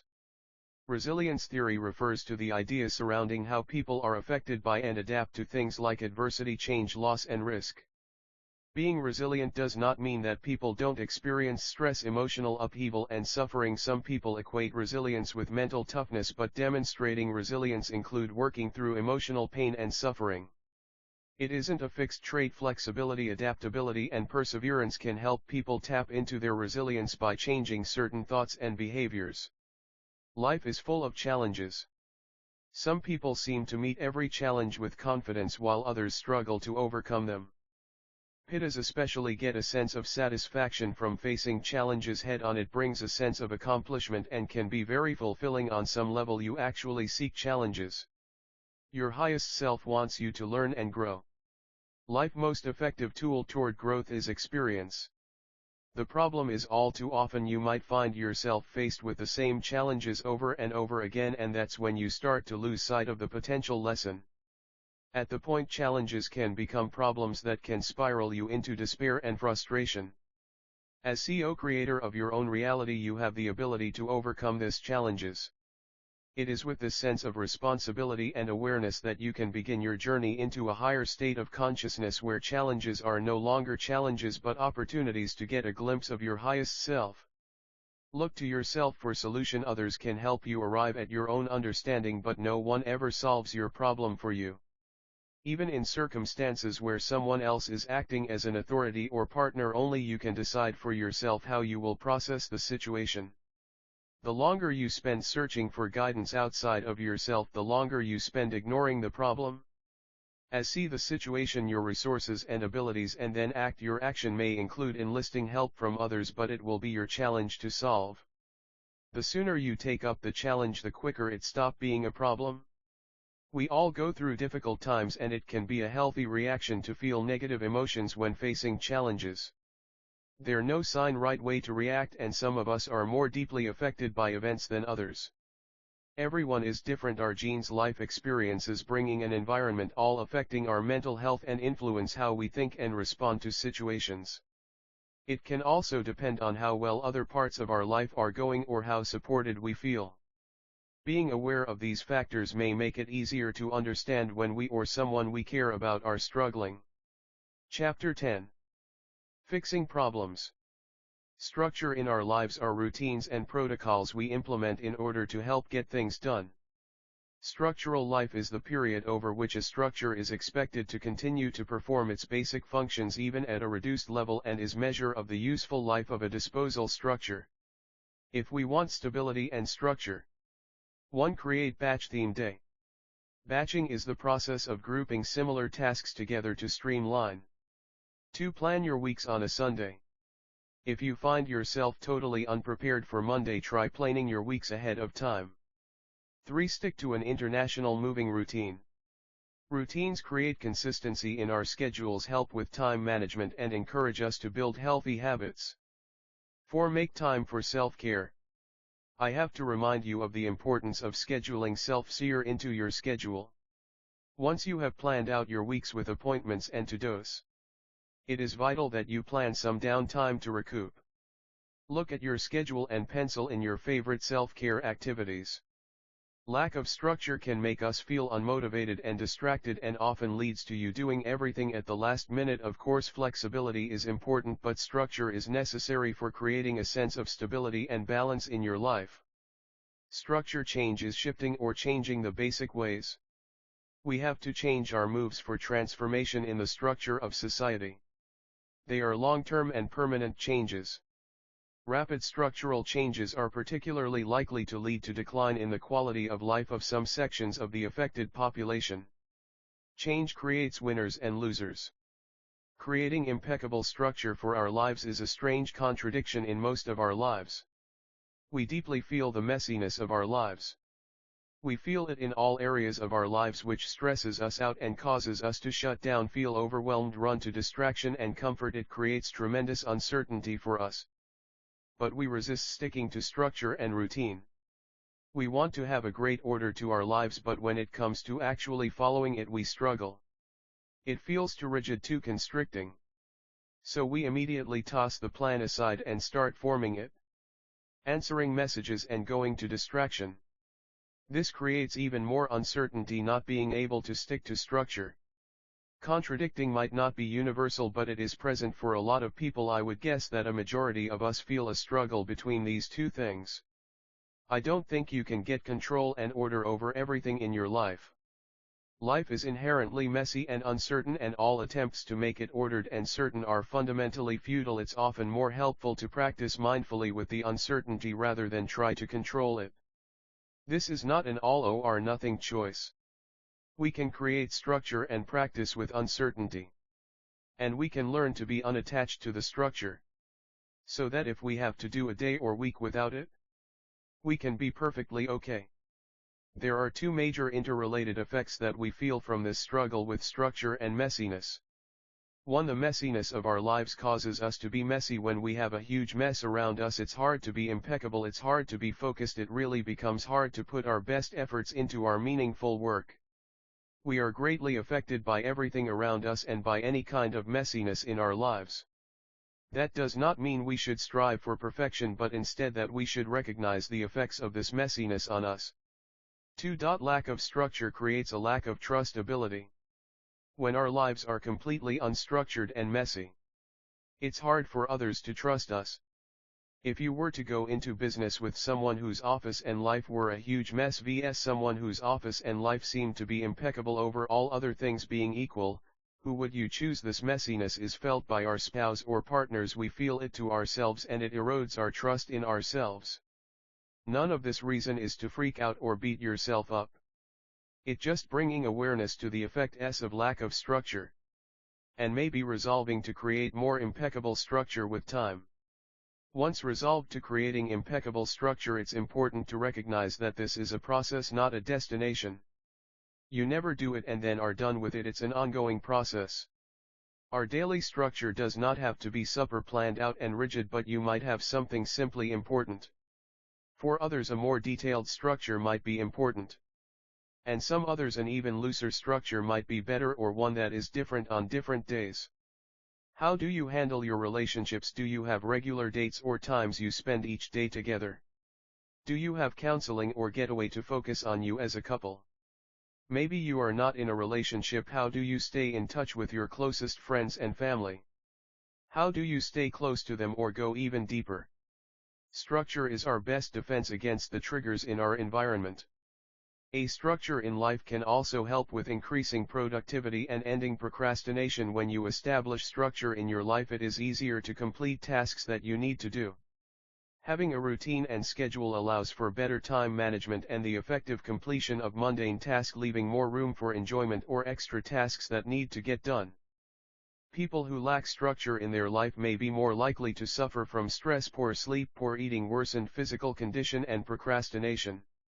In order to recap all the benefits of having a structured life, we need to establish these 5 things. 1. A healthy morning and bedtime routine. Having a healthy morning and bedtime routine will have a significant impact on your day. A good quality morning routine will help you feel in control of your self-care needs. 2. Make a to-do list. Making a list of things you want or need to get done in the day can help you to prioritize the list. It is important to set objectives that follow the SMART goal guidelines. Setting SMART goals help you to develop the focus and motivation needed to achieve the goals on your to-do list. It is important to remain flexible when it comes to the to-do list. Sometimes your days can become unpredictable or plans will change and you will not check everything off your list. Other times you may find it difficult to find the motivation, and that's okay. Don't be too hard on yourself. It's okay to have off days where you don't achieve everything you wanted to. Not everything is under your control. 3. Make time to self-care and activities you enjoy. Sometimes when we are trying to increase structure in your life, we may neglect to engage in enjoyable activities due to feeling like our time is too occupied by other routines or activities that need to get done.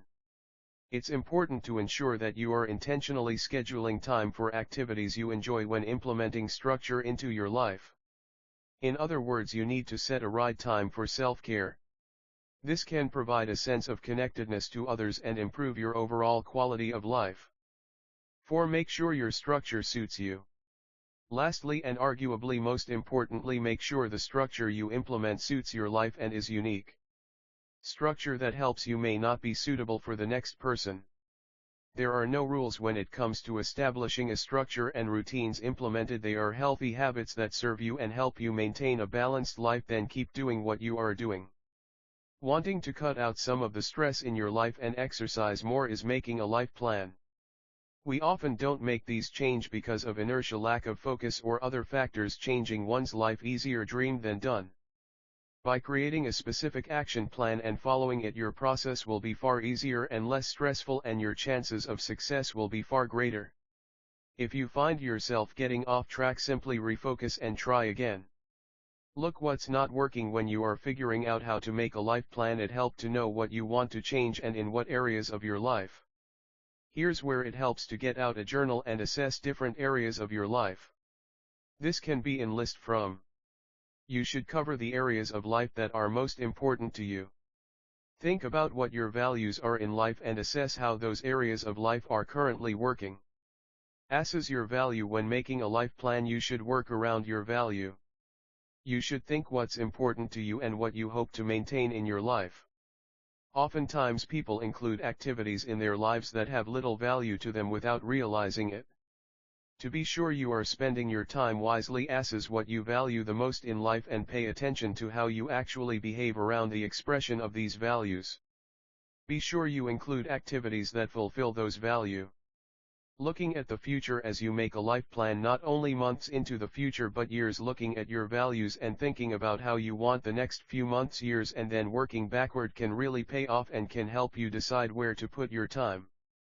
Plan your steps looking at where you would like to be and at where you are now. You can break down the path from here to there into small manageable steps that you can more easily experience successes that can sustain your motivation, and look at where you may need to change your plans as you go and can consistently put one step in front of the other and move forward.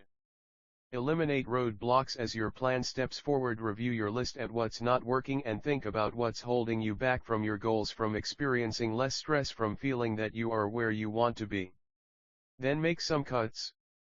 Cut out commitments, relationships, and other aspects of your life that drain you and that aren't absolutely necessary. Minimizing what you can't cut out. Look at every drain as a trade-off. Do you want these things that are really important to you? When you see the tangible, choice changes are easier. Chapter 11. Daily conditions. Sometimes we may take self-well-being or condition when we want to talk about an issue.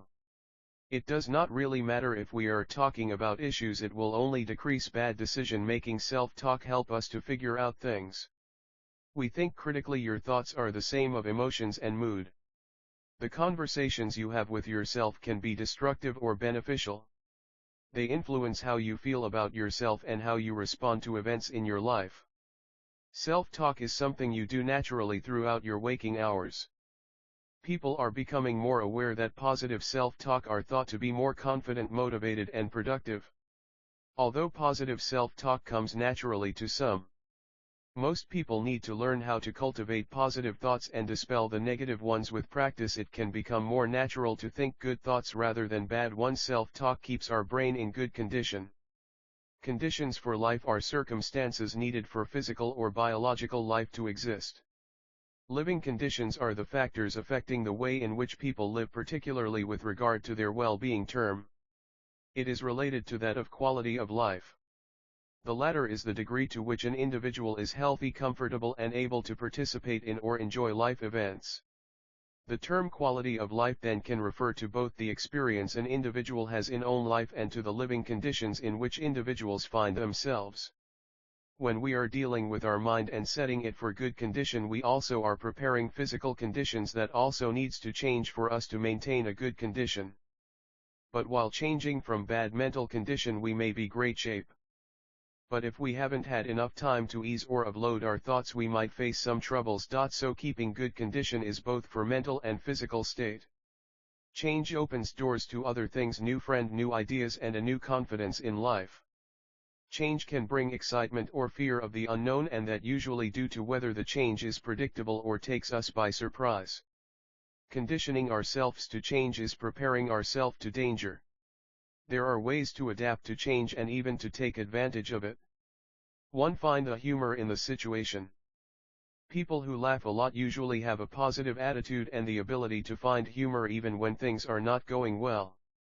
Because they are fun to be around, others gravitate toward them, and they generally have a strong social network that benefits them, and everyone with interact. Understanding humor requires thinking flexibly. People who engage in humor can see situations from a new vantage point or come up with the unexpected. People are often seen as having a sunny disposition because they can imitate humor more often. They tend to place greater value on having a sense of humor and to be verbally playful when interacting with others. Having a whimsical frame of mind, they thrive on finding incongruity and perceiving absurdities, ironies and satire, finding discontinuities and being able to laugh at situations and make themselves and others happy.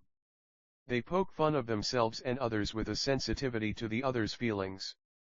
A good laugh is good for both the mental and physical digestion. Laughter alters brain functioning and boosts production of dopamine, the brain's reward, and can make you feel good. Few people realize that health activities actually varies according to the amount of laughter. Laughter does more than make you feel good. A hearty belly laugh has many of the same physiological effects as exercise. So keep your brain active by finding the humor in situations, especially when you are needing some relief from stress or frustration. 2. Talk about problems more than feelings. There are a lot of reasons talking about our problems can be difficult. Some people are socialized to internalize feelings rather than give voice to them. Sometimes the very emotions you are dealing with, like guilt over something you did or shame about how you think you are perceived, can feel so overwhelming that you can't get up the motivation to talk it out. Regardless of the reason, you might not be obvious. Talking about it is a broad phrase, so let's clarify a bit when we say talking about our problems. 3. Venting to a trusted friend. Sometimes you just need to let out how you are feeling with no real plan for a solution. 4. Discussing a conflict with a partner. Fights happen in relationships. But keeping your feelings to yourself can cause issues between you and your partners to fester.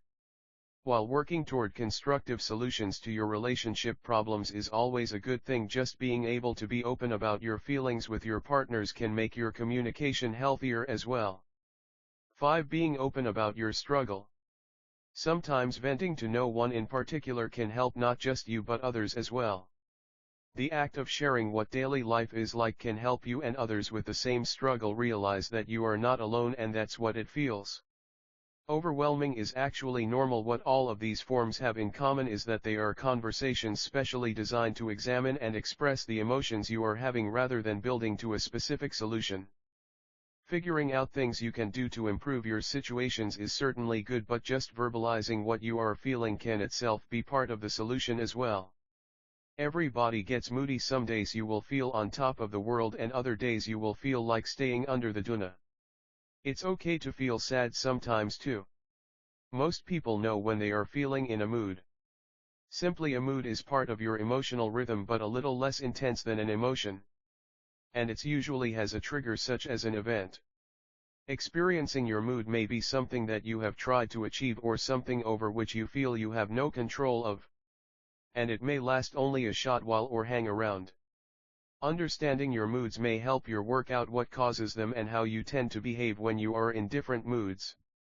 You probably know that you feel good when you are in a positive mood, such as when you feel content-loving or excited. And probably you are in a negative mood. Your moods are useful to you and they are a big part of how you choose to behave and think. A negative mood can be a useful indicator of a problem that needs to be tackled. Most moods pass with a day or so. And even in a flat mood you can still go about your daily activities.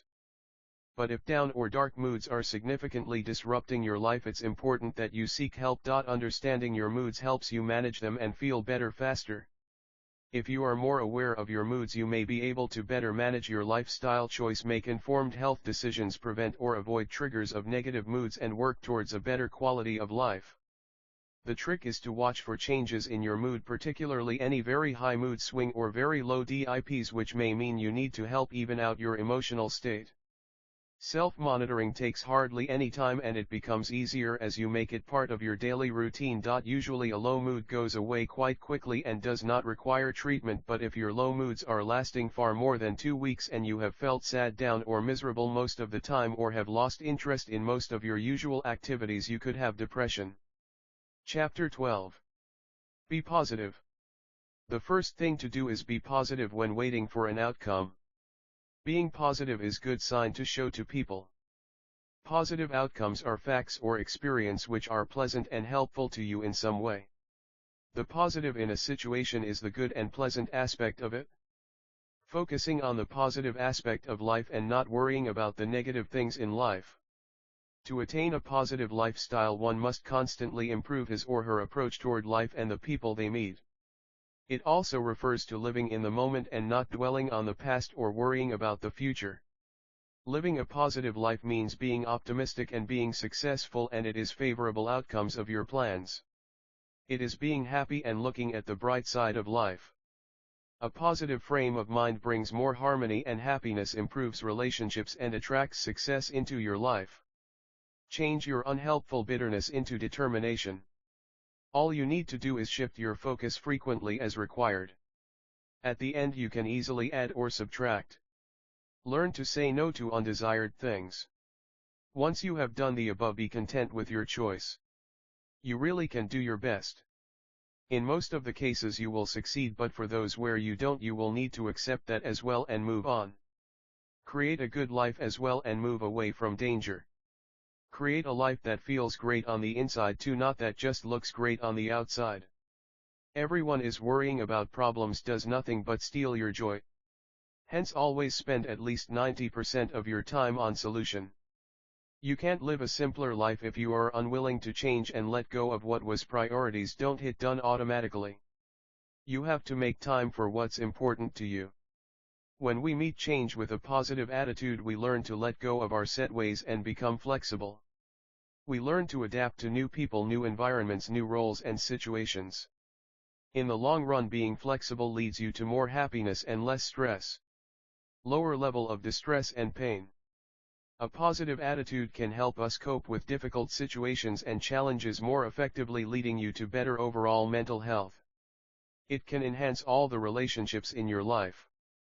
Positive attitude can also enhance a relationship with others. External positive change makes you more flexible, more understanding, teaches you new things every time something changes. It prepares you for the future. People change when motivated by a sense of independence, competence, and connection to others. These motivations can be sparked in moments of extreme frustration when a person realizes that their current approach is not working.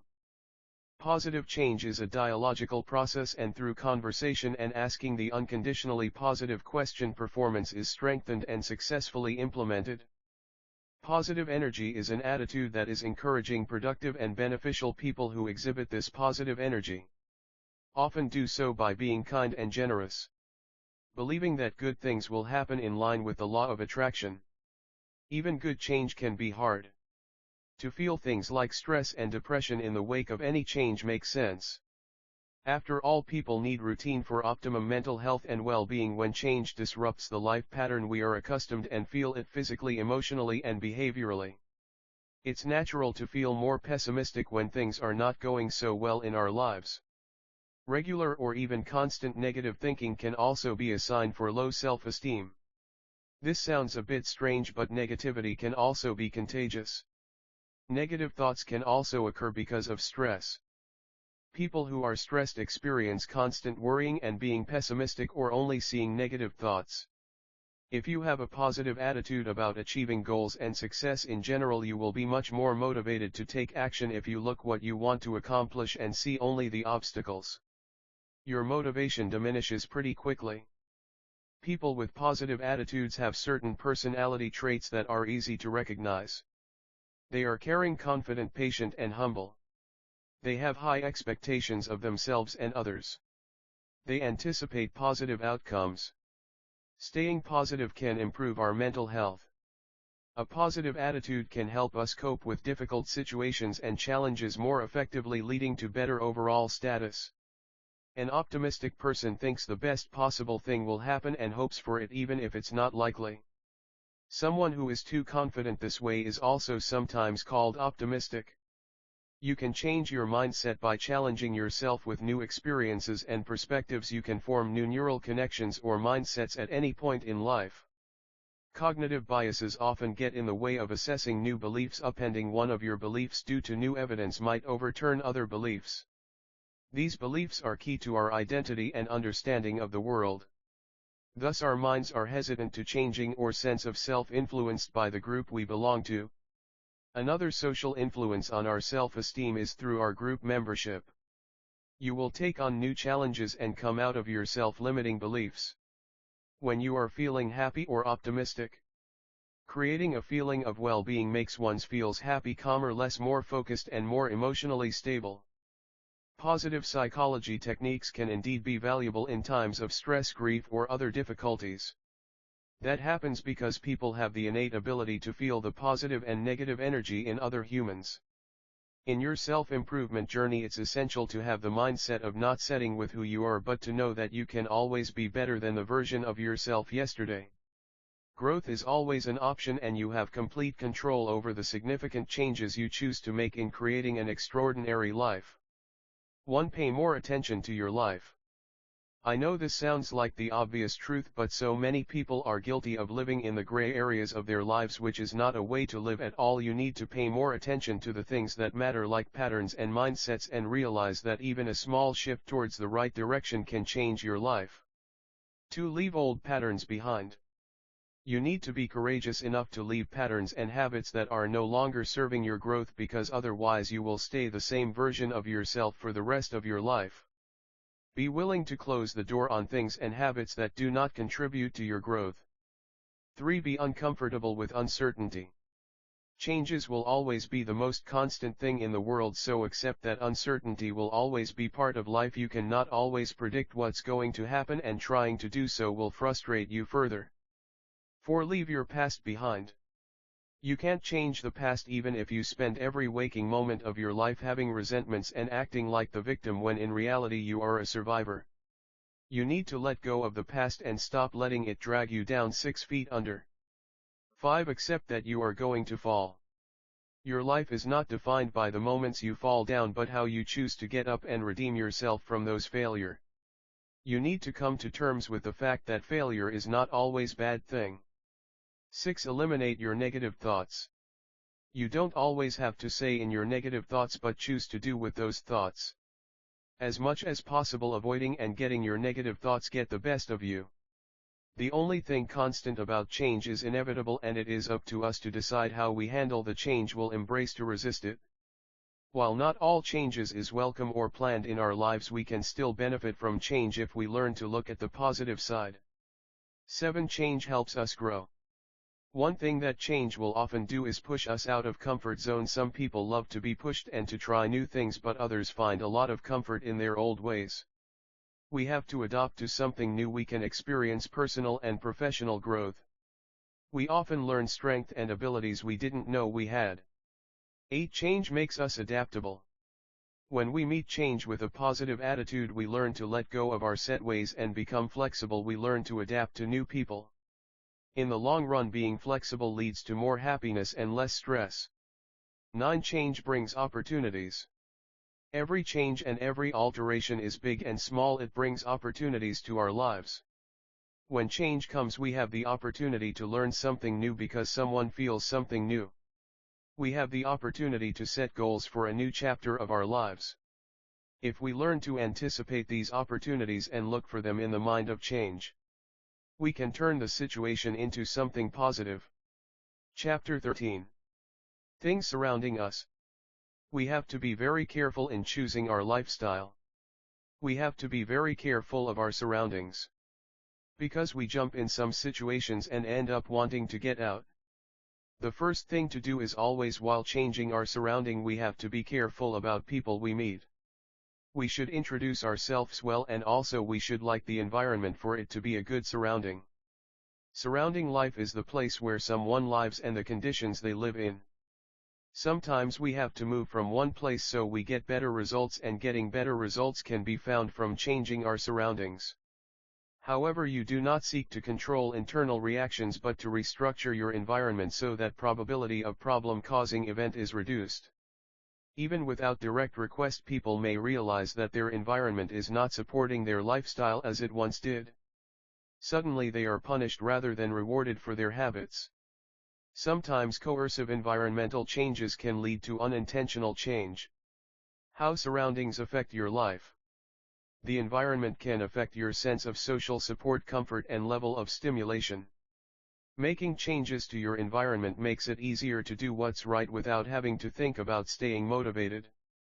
If you set up your surroundings so that making the best decisions comes easily, then you can set yourself up to practice better habits. Often we think that change comes from within. People who change according to the circumstances or their surrounding are social chameleon. The environment can influence people's behavior and motivation to act. Surrounding refers to everything that is around a particular person, place, or thing. Sometimes changing of environment can't bring the person happiness. The people you surround yourself with have a huge impact on your life. They can influence your thoughts, emotions, and behaviors in both positive and negative ways. Choose wisely. Investing your time with the wrong individuals is a waste of time. These differences influence our genetic makeup, our brain chemistry, and our ability to communicate and perceive the world around us. As we interact with similar and different cultures in diverse environments, we continue to adopt our own beliefs, value, and perceptions to form a redefined sense of self. To a huge extent, we become like the people we spend the most time with. Checking your surrounding and knowing with what kind of people you are surrounded is one thing you should do. Being surrounded by positive people than negative will increase your ability of solving problems. It will increase how you handle different kinds of situations. Having people surround us with positivity will make us think and do what best to our lives. We start receiving power of making good decisions instead of the bad ones we will regret. The people we spend our time with have a way of influencing our lives, our moods, and expectations. Surrounding yourself with positive and admirable people will result in you adopting authoritative beliefs and positive values. Positive people don't exactly mean happy people, but they are always trying to keep a positive attitude in life. These people can be anyone.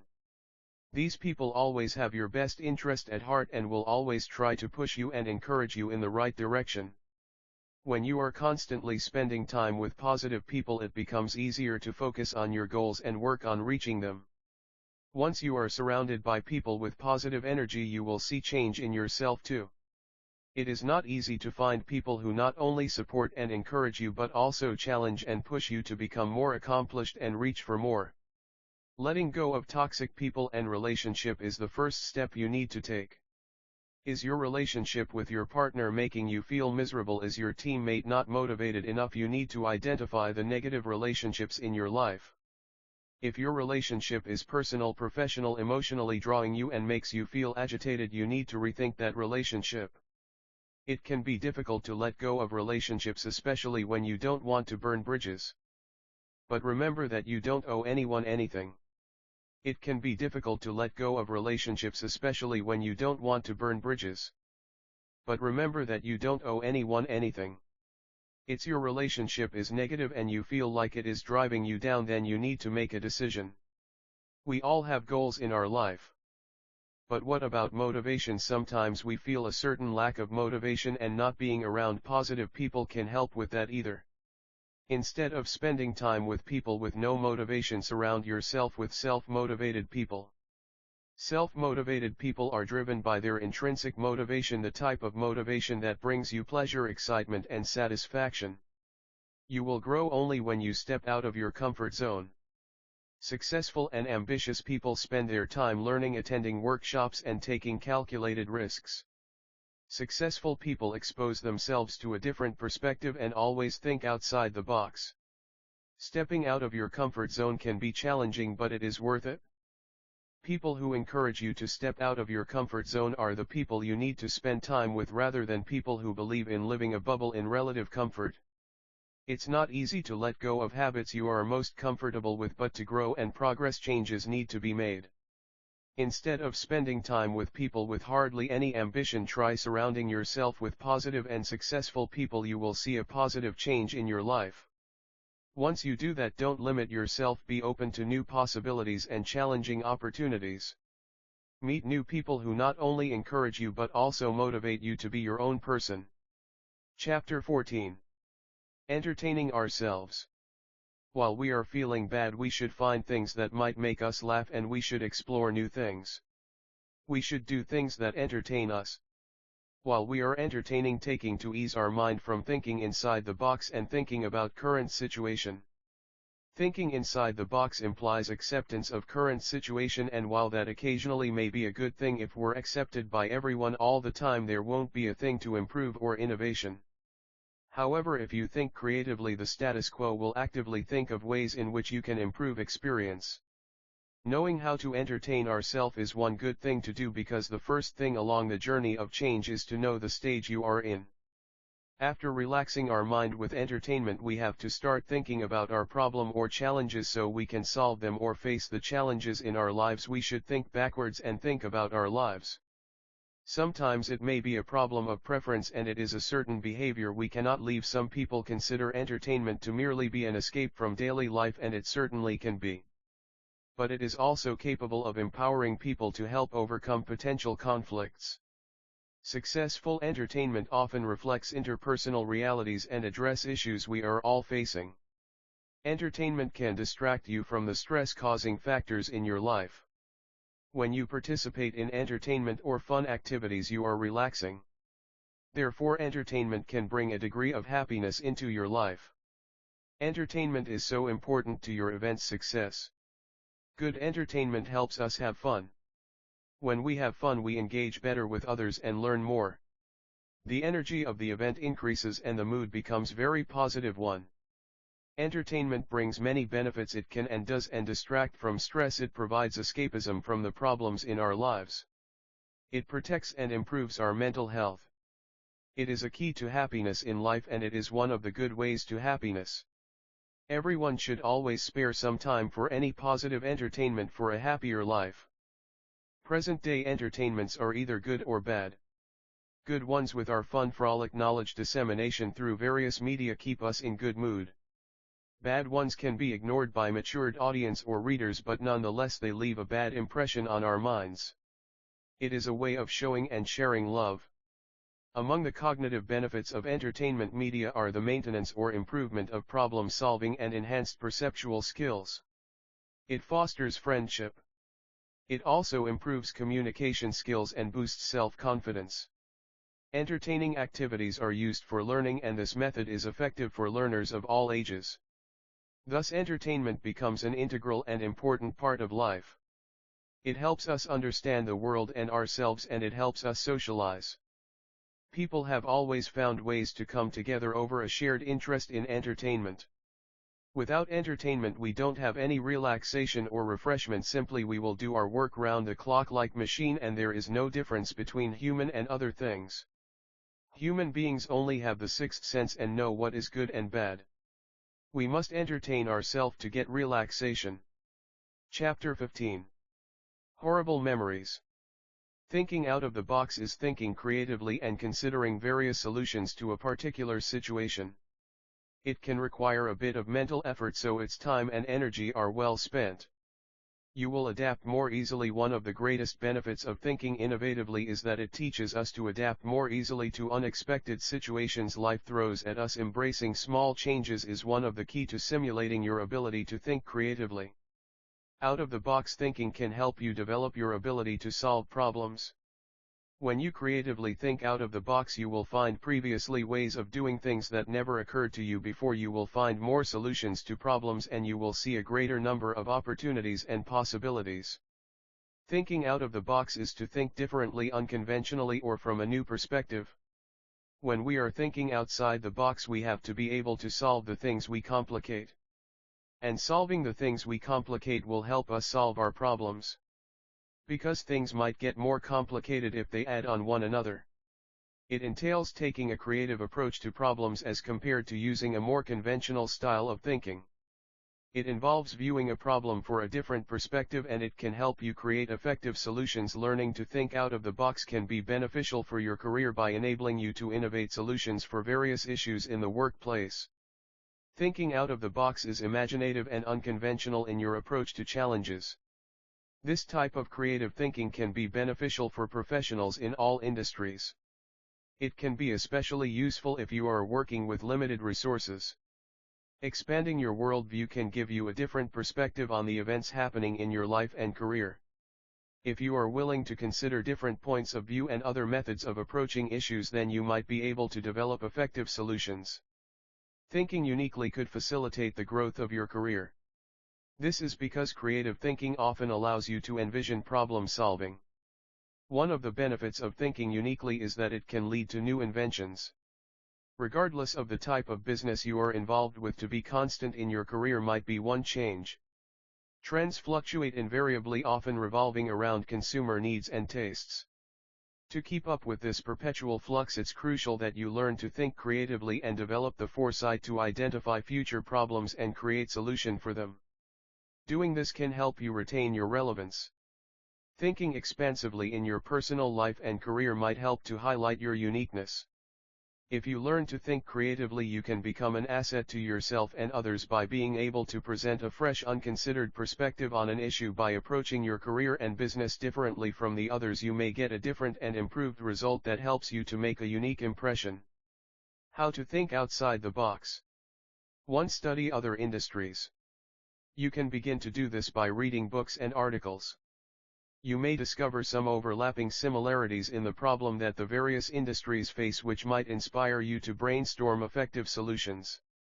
Accumulating knowledge and reading about how others solve their problems can broaden your perspective. 2. Complete mental exercise. An effective way to improve your creative thinking is to start your day with creative thinking. To start your day with mental exercises. These exercises can be useful for lowering stress level and increase your attention in detail, both of which can help inspire innovation. Try to choose activities that don't relate to your work directly. This builds a unique mindset in you and can activate other aspects of thinking that you don't utilize regularly. 3. Change your environment. Setting up your workplace in a new environment may change your outlook on issues and inspire new approaches to resolving them. The change in location might also stimulate your colleagues and motivate them to become more visionary in approaching their duties. You can change your environment simply by moving to other parts of your office or by meeting outside of the typical workspace. 4. Read opposing views. One of the fastest ways to learn when working on a project or attempting to solve a problem or trends on the topic, you can achieve this by reading articles written by people whose opinions differ from yours. Doing this builds your open kindness and allows you to be more flexible in your thinking.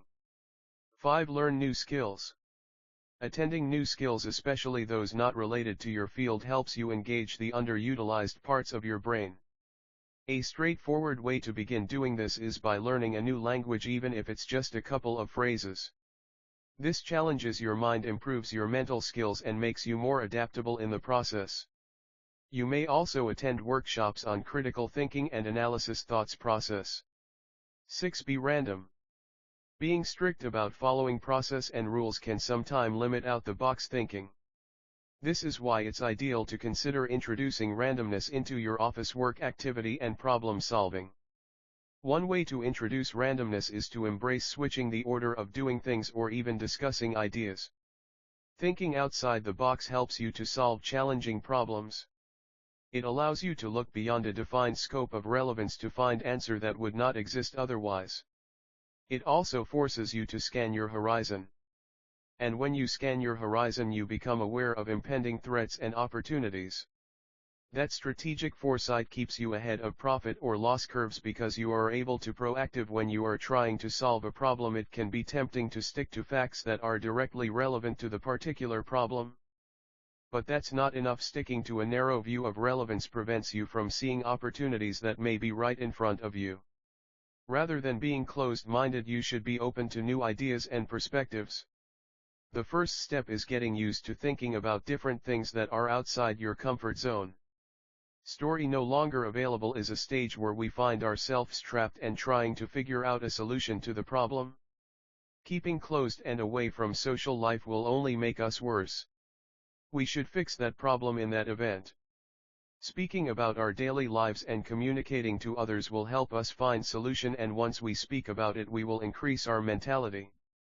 Once our problem has been solved, we stop worrying about curtain moments. We will start to prepare ourselves for the future. When we develop growth of mentality, we start to get happier in life and letting go of the boredness that was slowing us down from our usually daily activities. We start to create better activities that are best for us and our community. Then we will start to like the environment that we are in now. Starting the process may be hard, but once we do, we are on our way to a greater change. If every single moment handled carefully, there won't be a time wasted by hating or obsessing over our journey. If you say you can't speak about your problem, it will be failing yourself in another point of view. So the word "the story is no longer available" is failing to speak part of your problems and not telling your story in another way. It is not good to hide. You must get help from others. It's just a simple word that we should use if we don't share ourselves freely. We should think about escaping hopeless stage. That may happen in your teenage years, so calm down and speak about it.